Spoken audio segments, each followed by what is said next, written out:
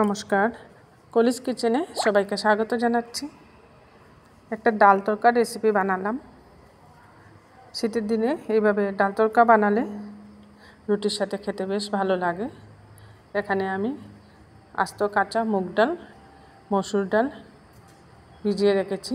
মুগ ডালটা 2 কাপ দিয়েছি, মসুর ডালটা হাফ কাপ দিয়েছি। আর এখানে কুচিয়ে নিয়েছি পেঁয়াজ 3টে, ধনেপাতা কুচি, রসুন, টমেটো কুচি। এদিকে গ্যাস জ্বালিয়ে একটা কুকার বসিয়ে দিয়েছি আর ডালটাকে 3-4 বার খুব ভালো করে ধুয়ে পরিষ্কার করে নিয়েছি। এটা খুব সিম্পল বানানো, খেতে খুব টেস্টি হয় এই তড়কা ডালটা। ডালটা এবার কুকারের মধ্যে দিয়ে দিলাম, দিয়ে পরিমাণ মতো জল দিয়ে দিচ্ছি। এবার লবণটাও দিয়ে দিচ্ছি পরিমাণ মতো। তড়কা ডাল সাধারণত একটু ঘন ঘন হয়, পাতলা হলে ভালো লাগে না, তাই একটু গাঢ় করেই বানাচ্ছি। কুকারটা বন্ধ করে 2টা সিটি দিয়ে নেব। ডালটা যেহেতু আমি আধা ঘন্টার মতো ভিজিয়ে রেখেছি।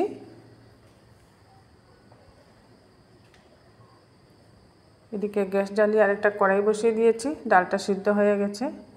এর মধ্যে দিয়ে দিলাম একটু বেশি পরিমাণে রিফাইন্ড অয়েল। এখানে বড় চামচের 2 চামচ হবে রিফাইন্ড অয়েল দিয়েছি। আর ফোড়নে দিয়ে দিলাম শুকনো লঙ্কা, তেজপাতা।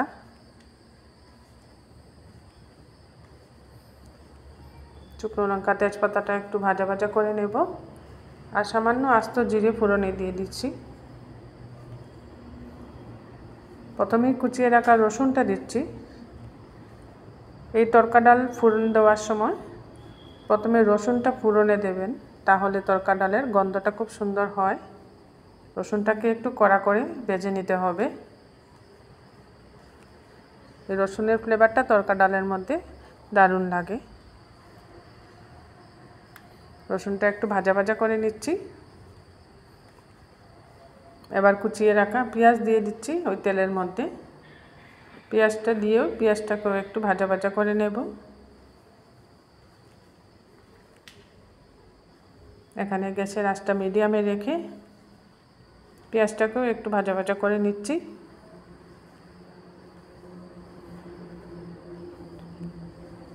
এখানে পেঁয়াজ রসুন একটু কড়া করে ভেজে দিলে ভালো হয় তড়কা ডালের মধ্যে।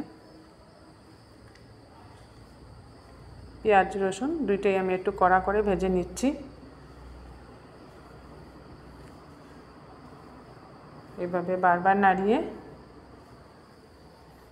পেঁয়াজ রসুনটাকে একটু ব্রাউন ব্রাউন করে ভেজে নিলাম।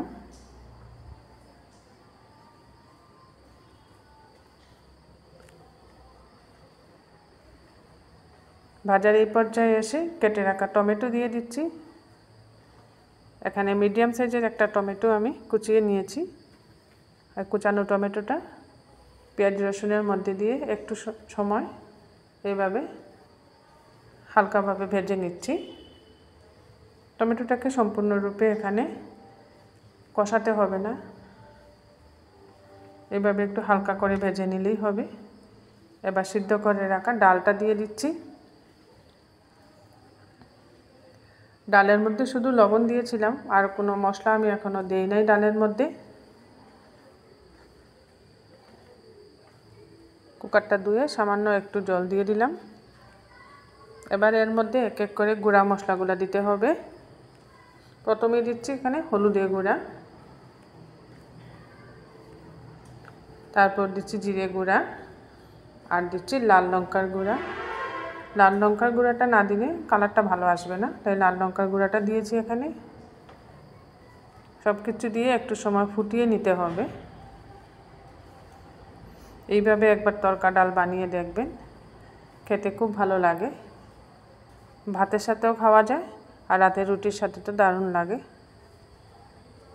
আমি এটা বানিয়েছি, রাতের রুটির সাথে এই ডালটা পরিবেশন করব। দেখুন খুব সুন্দরভাবে এটা মিশে গেছে মশলাগুলো। এখন একটু সময় ফোটাতে হবে। হলুদটা একটু কম মনে হচ্ছিল, এর জন্য আর একটু হলুদের গুঁড়া দিয়ে দিলাম। দিয়ে ভালো করে মিশিয়ে নিচ্ছি। এমনিতেও তড়কা ডাল একটু কালো কালো থাকে, যেহেতু এর মধ্যে কাঁচা মুগ ডাল দেওয়া থাকে। কাঁচা মুগ ডালটা সিদ্ধ করার পর একটু কালো হয়ে যায় ডালটা, তাই হলুদটা একটু বেশি দিলে কালারটা ভালো হয়। এবার কিছুক্ষণ ডালটাকে আমি ফুটিয়ে নেব।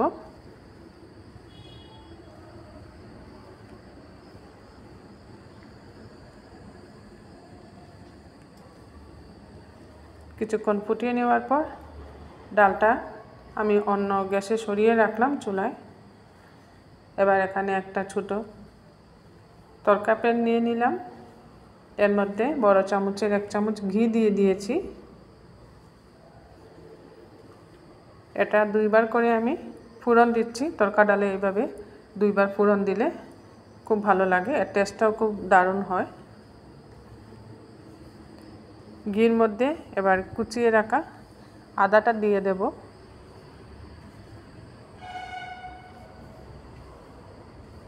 কুচিয়ে রাখা আদা দিয়ে দিলাম।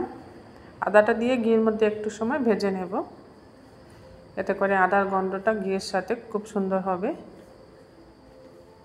আদাটাকে কিছুক্ষণ এইভাবে ঘিয়ের মধ্যে ভেজে নিচ্ছি। আর শীতের দিনে এইভাবে তড়কা ডাল বানালে আমার কাছে খেতে খুব ভালো লাগে।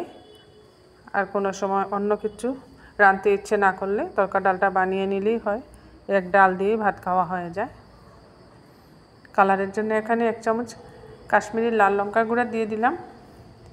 এবার গ্যাসটা বন্ধ করে দেব। কাশ্মীরি লাল লঙ্কার গুঁড়া আর আদাটা এবার এই ডালটা যেভাবে ফুটে উঠছে, ওই ফুটে ওঠা ডালের উপর তড়কাটা দিয়ে দিলাম। এই ঘি দিয়ে তড়কাটা দেওয়ার দরুন ডালের সেন্টটা খুব ভালো আসে আর টেস্টটা তো খুবই ভালো হয়। আমার মতো করে এইভাবে একবার তড়কা ডাল বানিয়ে দেখবেন, খেতে দারুণ লাগে। নামানোর আগে উপর থেকে ধনেপাতা কুচি দিয়ে নামিয়ে নিচ্ছি। আমার ডাল রেসিপিটা আপনাদের ভালো লাগলে বানিয়ে খাবেন, কমেন্টে অবশ্যই জানাবেন এর টেস্টটা কীরকম হলো। দেখুন খুব সুন্দর হয়েছে। ঠান্ডা হয়ে যাওয়ার পর আর একটু গাঢ় হয়ে যাবে ডালটা। আর আমার চ্যানেলটা সাবস্ক্রাইব করতে ভুলবেন না, পাশে থাকা বেল আইকনটাও প্রেস করবেন।